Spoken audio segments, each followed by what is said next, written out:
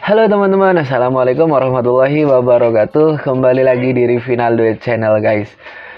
Oke, bagaimana kabarnya teman-teman? Semoga tetap baik ya dimanapun berada dan selalu dimudahkan urusannya guys ya. Oke teman-teman, untuk video kali ini aku ingin membongkar ya rahasia sukses pengalamanku pribadi ini ya teman-teman. Jadi bukan pengalaman orang. Bagaimana cara kita agar sukses ya, rahasia sukses usaha warung kopi ya guys. Jadi buat teman-teman yang ingin buka usaha juga bisa simak videonya sampai habis.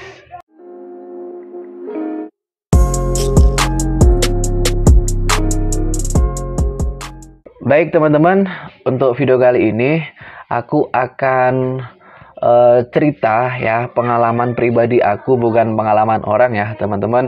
Jadi barangkali itu bisa bermanfaat ya, bisa teman-teman ikuti, kalau tidak ya nggak apa-apa ya. Yang penting aku sudah berusaha sharing, barangkali bermanfaat buat teman-teman yang juga pengen ya punya usaha sampingan atau masih belum usaha sama sekali.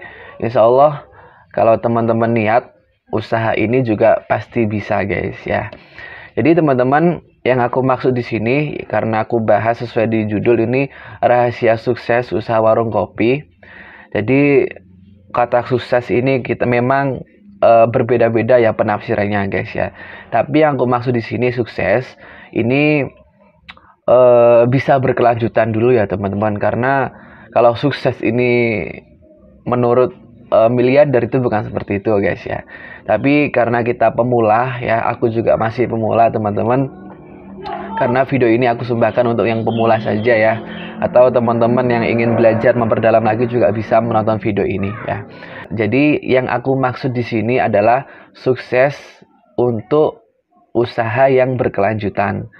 Maksudnya seperti ini teman-teman, kadang ada ya, kadang ada kita baru buka usaha 1-2 minggu, bahkan 2 bulan 3 bulan ini sudah berhenti ya. Ini yang aku maksud sukses itu bisa jangka panjang, jadi tidak berhenti di tengah jalan. Contohnya aku ini ya teman-teman, jadi aku sudah hampir 2 tahun ya buka usaha ini. Alhamdulillah ini masih tetap berjalan, karena setahu aku ya teman-teman, kriteria untuk patokan usaha itu berjalan atau tidak itu kurang lebih 8 bulan ya.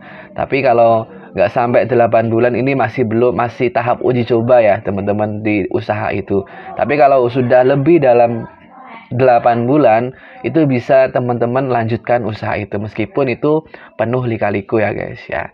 Jadi yang aku maksud sukses di sini ya teman-teman, karena ada kadang yang menafsirkan sukses itu banyak uangnya dan sebagainya. Enggak, tapi dengan usaha ini alhamdulillah bisa membantu uang jajan ya, uang istri, uang rokok itu bisa lah teman-teman ya, buat sampingan di rumah. Itu ya yang perlu teman-teman ketahui terlebih dahulu. Jadi kita lanjut ya teman-teman.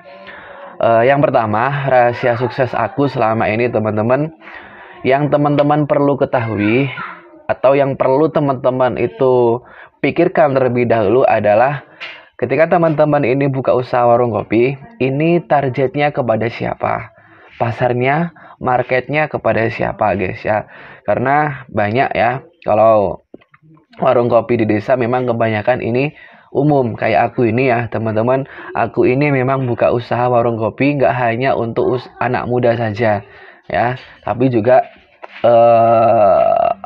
orang tua juga bisa, bahkan anak kecil juga bisa, karena di sini juga aku jualan es guys ya.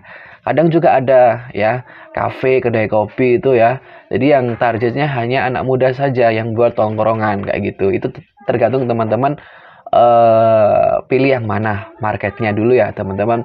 Kalau aku ini karena aku di desa, jadi yang cocok ya, yang cocok itu memang targetnya harus luas ya, bisa anak kecil, bisa anak muda, bisa juga orang tua kayak gitu ya. Nah kemudian kalau sudah jelas teman-teman, itu tinggal kita tuh menentukan, ini yang kedua ya, menentukan apa yang kita jual guys ya. Jadi karena target kita sudah jelas, jadi kira-kira apa yang memang diminati anak kecil. Jadi bisa teman-teman itu jualan snack kayak gitu ya guys, bisa. itu anak kecil. Terus permen juga bisa. Kemudian anak muda itu kira-kira apa, minuman apa, semisal yang nggak suka kopi ya harus sedia kayak Kubisu, Kuku Bima Susu itu ya, Joshua dan sebagainya. Itu contoh yang akan kita jual pasarnya kayak gitu ya. Kita tentukan dulu, kita pastikan dulu. Tapi kalau teman-teman itu memang buka di pinggir jalan atau di tengah-tengah perkotaan, ya mungkin beda juga kan gitu ya teman-teman. Bisa saja teman-teman itu jual burger dan sebagainya itu bisa. Tapi meskipun di situ di rumah pun di sini juga bisa ya teman-teman di desa, tapi burger mini ya itu yang kedua ya, setelah kita menentukan target pasar market, kita kemana, baru kita memikirkan yang kita jual kayak gitu guys. Oke, jadi tentukan kebutuhan dulu guys ya, karena di sini adalah samping kanan rumah ini samping kanan ini adalah rumah semua, jadi ya maklum rame guys ya. Jadi aku kadang jual kopi sasetan itu ya, memang peminatnya juga banyak, apalagi teman-teman itu jual kopi bubuk sendiri ya, nyari agen kemudian dibungkusi diecer lagi, itu lumayan juga guys. Insya Allah lain waktu aku akan buatkan ya teman-teman. Itu yang kedua. Kemudian yang ketiga teman-teman, kalau sudah ketemu yang kedua tadi, yang ketiga tinggal kita mendesain ya teman-teman, mendesain tempat kita jualan ya, usaha kita ya, warung kopi kita desain kayak apa ya. Kalau aku ya bisa teman-teman lihat sendiri video-video aku sebelumnya, sudah aku banyak sekali buat review ya tentang warung kopi ini ya, bisa teman-teman tonton video aku yang lain saja ya teman-teman. Ini kalau aku ya, otomatis ya kan nggak mungkin sama ya teman-teman. Kalau teman-teman punya lahan di pinggir jalan ya bisa model yang lain bisa. Intinya kalau tempat ini nggak harus mahal, nggak harus mewah, yang penting nyaman guys ya. Kadang ya teman-teman, pengalaman sendiri itu kalau kita melihat tempat itu mewah, kadang kita tuh berpikir pasti mahal-mahal di dalamnya. Ini juga hati-hati ya teman-teman untuk mendekor atau mendesain tempat warung kopi kita, itu ya yang ketiga. Kemudian untuk yang keempat, empat dulu ya yang paling penting teman-teman. Yang keempat ini baru kita pemasaran kayak gitu ya guys.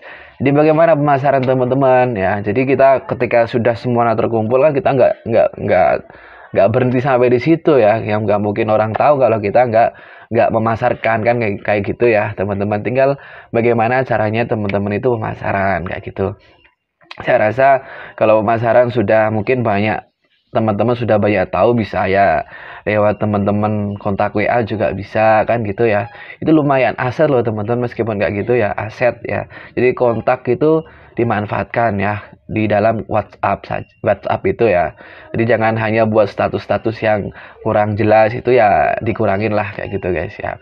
Kemudian bisa juga Instagram, atau kalau teman-teman yang aku saranin sekali ya, kalau teman-teman itu jualan makanan, teman-teman harus juga jualan di GoFood. Ini sangat menjanjikan sekali guys ya, kalau teman-teman ini jualan di GoFood, karena GoFood ini memang menyediakan untuk kalian yang usaha makanan kayak gitu. Jadi itu ya teman-teman untuk beberapa rahasia dari aku yang selama ini aku jalankan mulai awal buka bisnis ini sampai sekarang ya. Jadi teman-teman, di sini saya nggak bermaksud menggurui, hanya saja sharing pengalaman.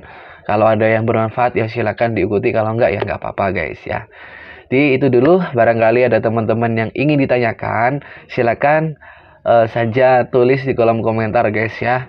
Nanti insya Allah aku akan buatkan video kalau memang memungkinkan kayak gitu ya teman-teman. Terima kasih, semoga bermanfaat. Sampai jumpa, bye bye.